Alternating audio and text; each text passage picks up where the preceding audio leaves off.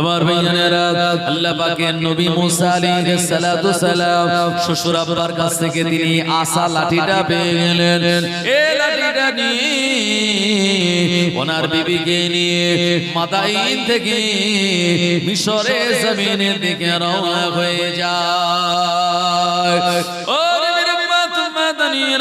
আল্লাহ পাকের নবী মুসা আলাইহিস সালাতু সালাম মিশরের জমিনে তিনি চলে আসলেন। আর তিনি কালেমা দাওয়াত দেওয়ার জন্য মনে মনে নিয়াত করলেন, কারণ আমার আল্লাহ রাব্বুল আলামিন তার উপরে কালেমা দিয়ে দিয়েছিলেন, লা ইলাহা ইল্লাল্লাহ মুসা কালিমুল্লাহ।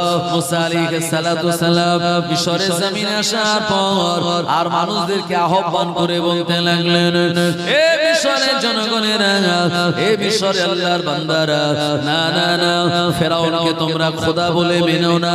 খোদা বলেন, আল্লাহ বলেন এক, যে আল্লাহ পাক আমি নবী মুসা আমায় বানিয়েছে, ফেরাউনকে বানিয়েছে, আসমান বানিয়েছে, জমিন বানিয়েছে, কুল কায়নাত বানিয়েছে, ওই আল্লাহকে তোমরা এক বলে মেনে নাও। না না না, ফেরাউনকে খোদা বলে তোমরা মেনো না, বিশ্বাস করো না। মুসা আলাইহিস সালাতু সালাম এমন কালেমা দাওয়াত দেওয়ার আগে তার জবানটা তোতলা।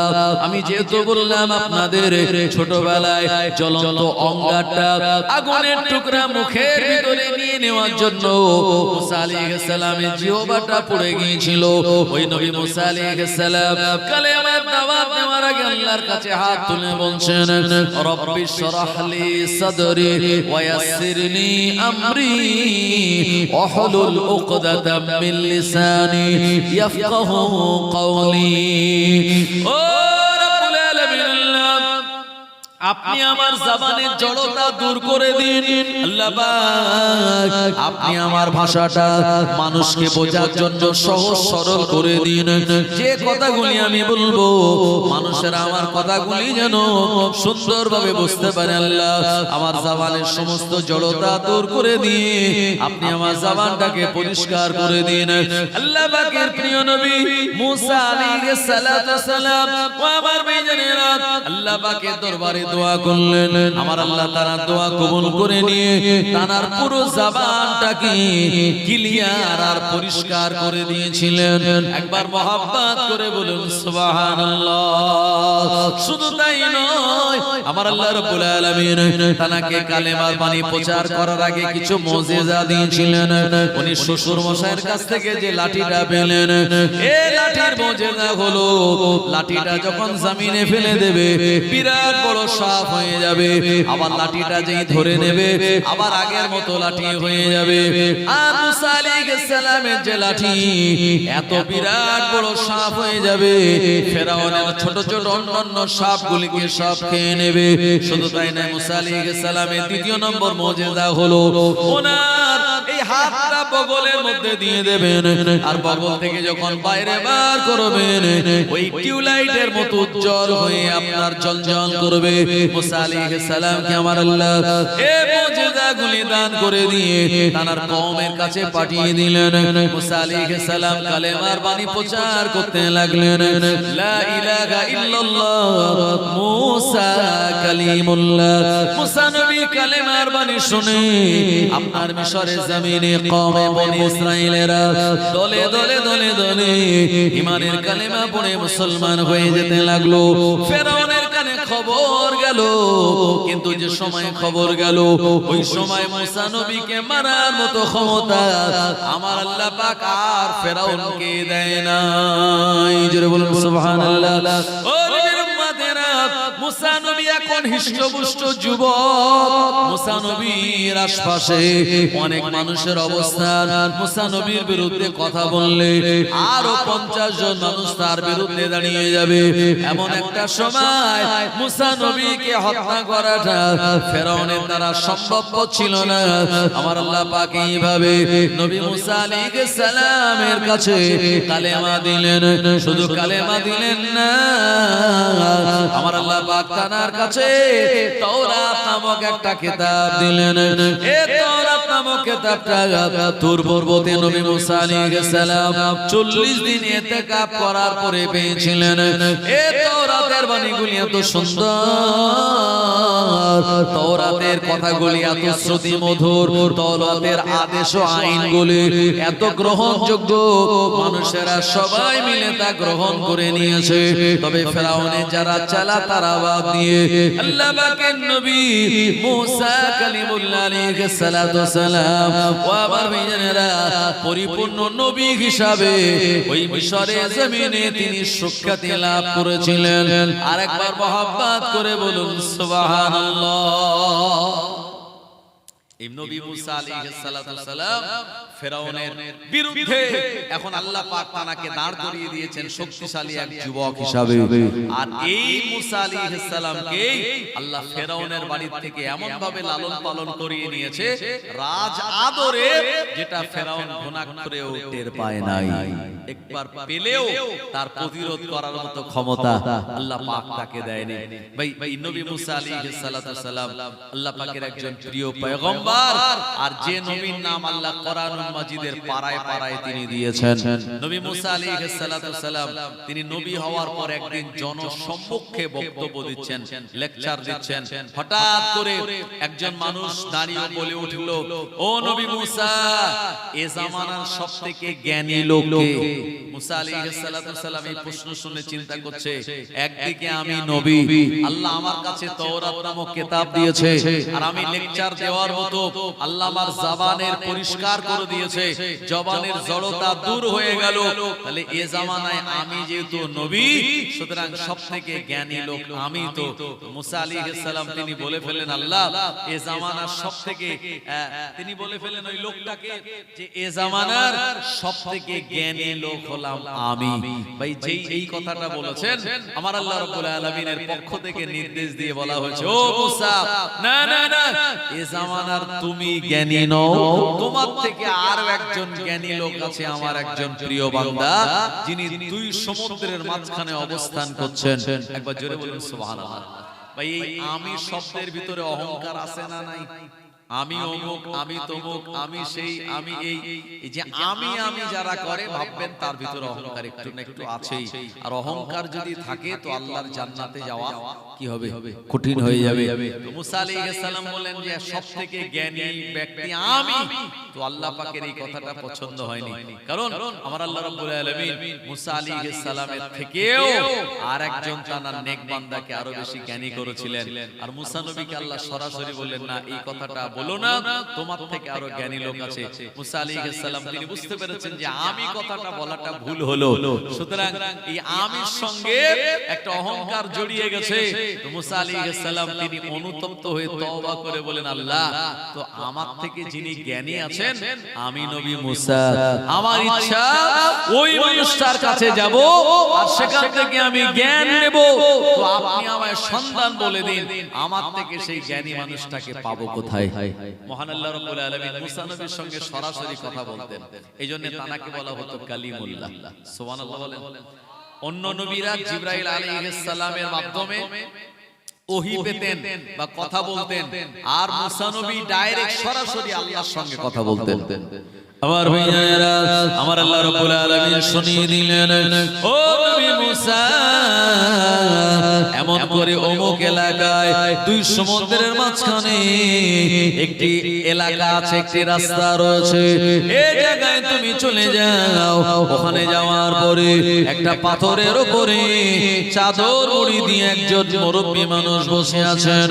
উনি হলেন আমার কাছে সব থেকে জ্ঞানী মানুষ, উনি আমার কাছে সব থেকে ইলমওয়ালা মানুষ। ও নবী মুসা চলে যাও, ওখানে গিয়ে তানার কাছ থেকে তুমি জ্ঞান নাও। ভাই সবার জ্ঞান কি একরকম? ভাই স্কুল আর মাদ্রাসায় জ্ঞান বিতরণ করা হয় বলেই তো আমরা আমাদের বাচ্চাদের স্কুলে পাঠাই, মাদ্রাসায় পাঠাই। জি, এই যে টোনার আব্দুল খালেক সাহেব হুজুর আছেন, হ্যাঁ ভালো হাফেজ সাহেব, তো উনি একজন নামকরা উস্তাজুল হুফাজ। তো উনি এত ভালো হাফেজে কোরআন, তো ওনার কাছে হাজার হাজার আপনার ছাত্ররা যায় হাফেজ হওয়ার জন্য, কারণ আল্লাহ পাক তাকে এরকম বড় মাপের একজন উস্তাজুল হুফাজ করেছেন। তো জ্ঞান পেতে গেলে নির্ধারিত জায়গায় যেতে হয়, জ্ঞান সব জায়গায় আসে না, কথা ঠিক কি না? তবে যখন জলসা হয় তখন আলেম ওলামারা তারা চলে আসে আর তারা কোরআন ও হাদিসের জ্ঞানের কিছু কথা আপনাদেরকে সে শুনিয়ে দেয়।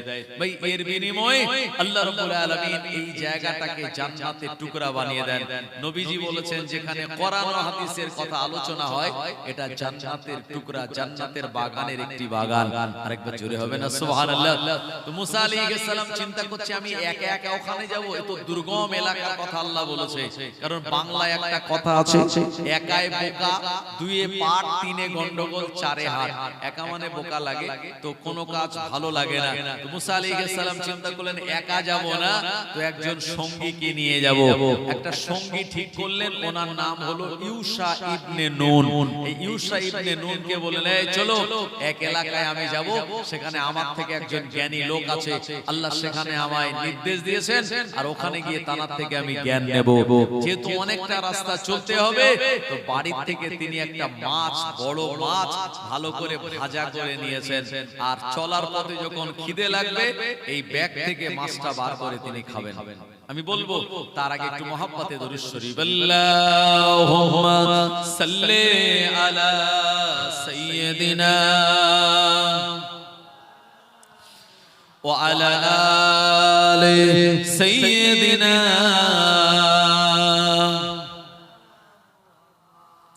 ইয়া রাসূলুল্লাহ ইয়া হাবিবাল্লাহ ইয়া রাসূলুল্লাহ ইয়া হাবিবাল্লাহ।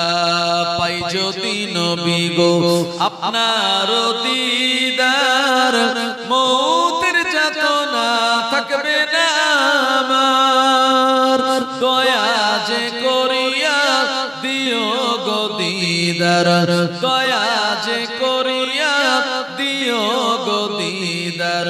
ইয়া রাসূলুল্লাহ ইয়া হাবিবাল্লাহ ইয়া রাসূলুল্লাহ ইয়া হাবিবাল্লাহ।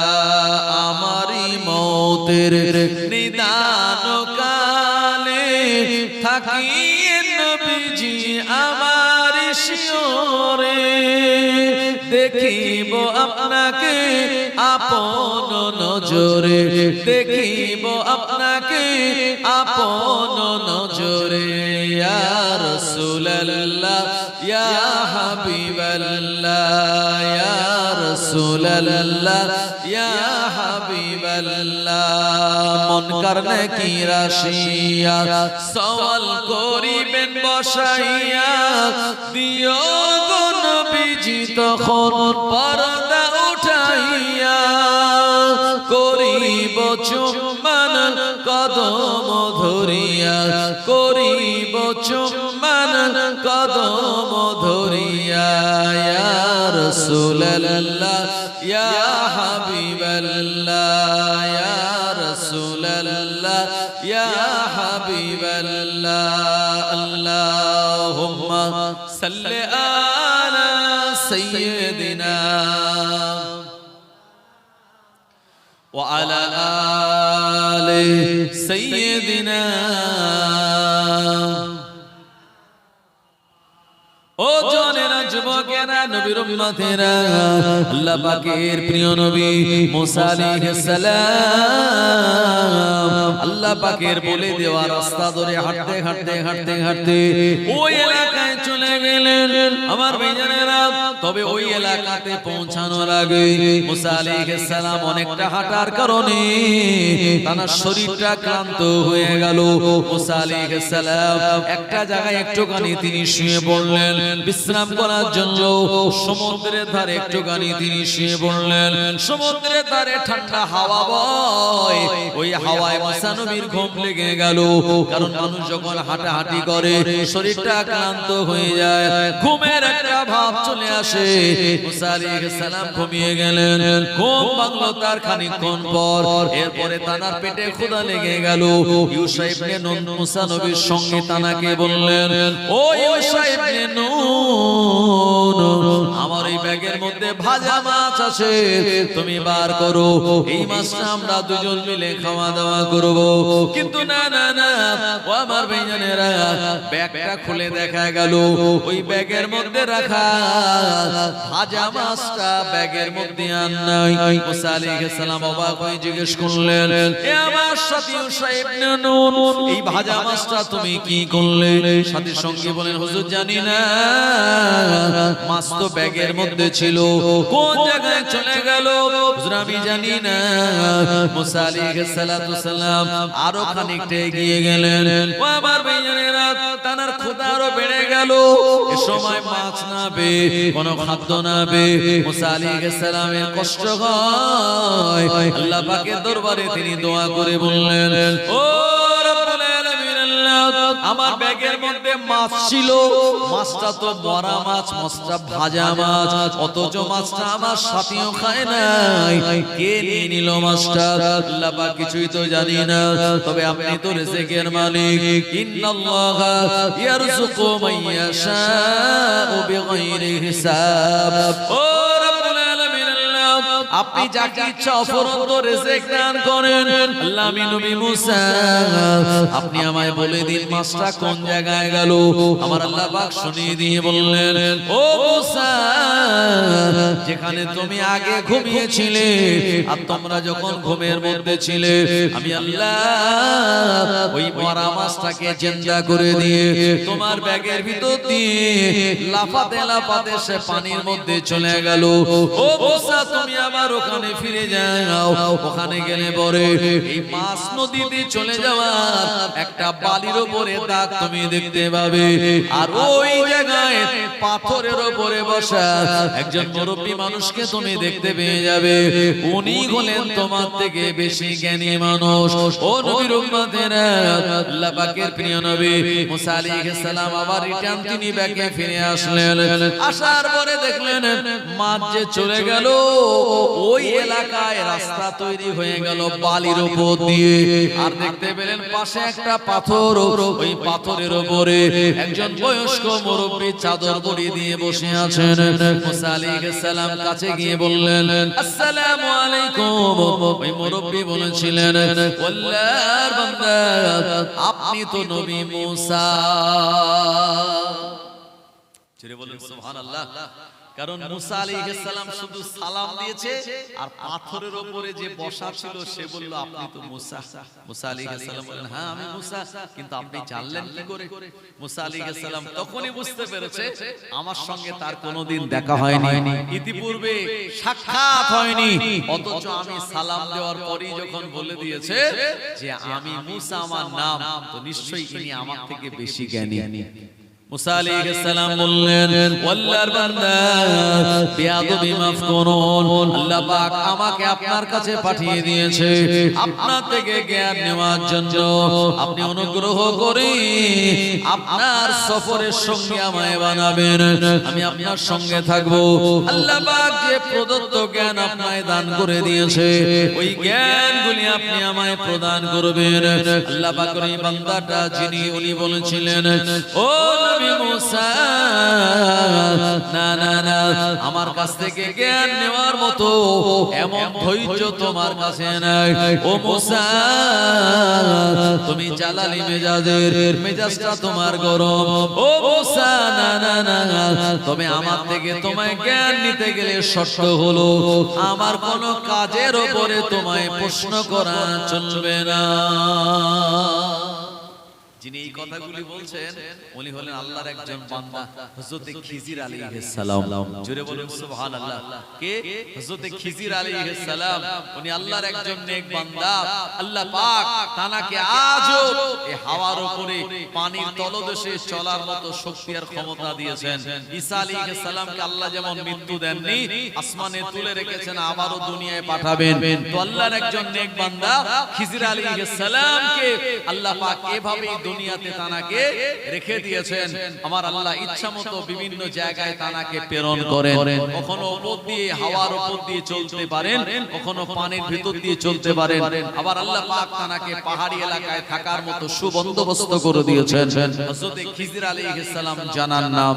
খিজির আলাইহিস সালাম বলছে, মুসা তুমি আমার সঙ্গে থাকবে, কিন্তু তোমার ধৈর্যে কুলাবে না, এক। আর দ্বিতীয়ত, আমার কোন কাজের উপরে তোমায় প্রশ্ন করা চলবে না। কারণ খিজির আলাইহিস সালাম খুব ভালো করে জানে এ মুসা আলাইহিস সালাম হুট করে রেগে যান, এক চড়ে এক কিপ্তিকে মেরে দিয়েছে। শুধু কিপ্তিকে মারেনি, মুসা আলাইহিস সালামের কাছে আজরাইল ফেরেশতা এসেছিল জান কবজ করার জন্য। ও মুসা, তোমার সময় শেষ, আল্লাহ পাক এখন তোমায় তানার কাছে ডাক দিয়েছেন আর আমায় পাঠিয়েছে। আমি হলাম মালাকুল মউত আজরাইল আলাইহিস সালাম। মুসা আলাইহিস সালাম শুনে এক চড় মেরেছে আজরাইল ফেরেশতার, তানার এই ডান চোখ আপনার কানা হয়ে গেল, মানে ডান চোখটা বাইরে বেরিয়ে গেল। এই সময় আমার ভাইজান আজরাইল আলাইহিস সালাম আল্লাহর কাছে গিয়ে বলছেন, আল্লাহ এই আপনি কার কাছে পাঠিয়েছেন? মরণের খবর শুনে আমায় এত জোরে চড় মেরেছে, আমার চোখের অবস্থা দেখুন। তো আমার আল্লাহ বললেন, ঠিক আছে আমি তোমায় এই চোখটাকে ঠিক করে দিচ্ছি, তবে আমার ওই নবীর কাছে তুমি আবার যাও, সেখানে গিয়ে জিজ্ঞেস করো যে দুনিয়াতে সে কতদিন থাকতে চায়। তাকে গিয়ে বলবে একটা গরুর পিঠে হাত রাখলে যতগুলি পশম হাতের তলায় পড়ে অত লম্বা বছর আল্লাহ তোমায় হায়াত দেবে। মুসা আলাইহিস সালামকে সে বললেন, মুসা নবী বলেন এমন পশম সমপরিমাণের বছর শেষ হয়ে গেলে আজরাইল আলাইহিস সালাম বলেন আমি রেডি আছি, আবার আসবো। মুসা নবী বললেন সেই যখন হবে এত দেরি নয়, আগে ভাগেই চলে যেতে চাই।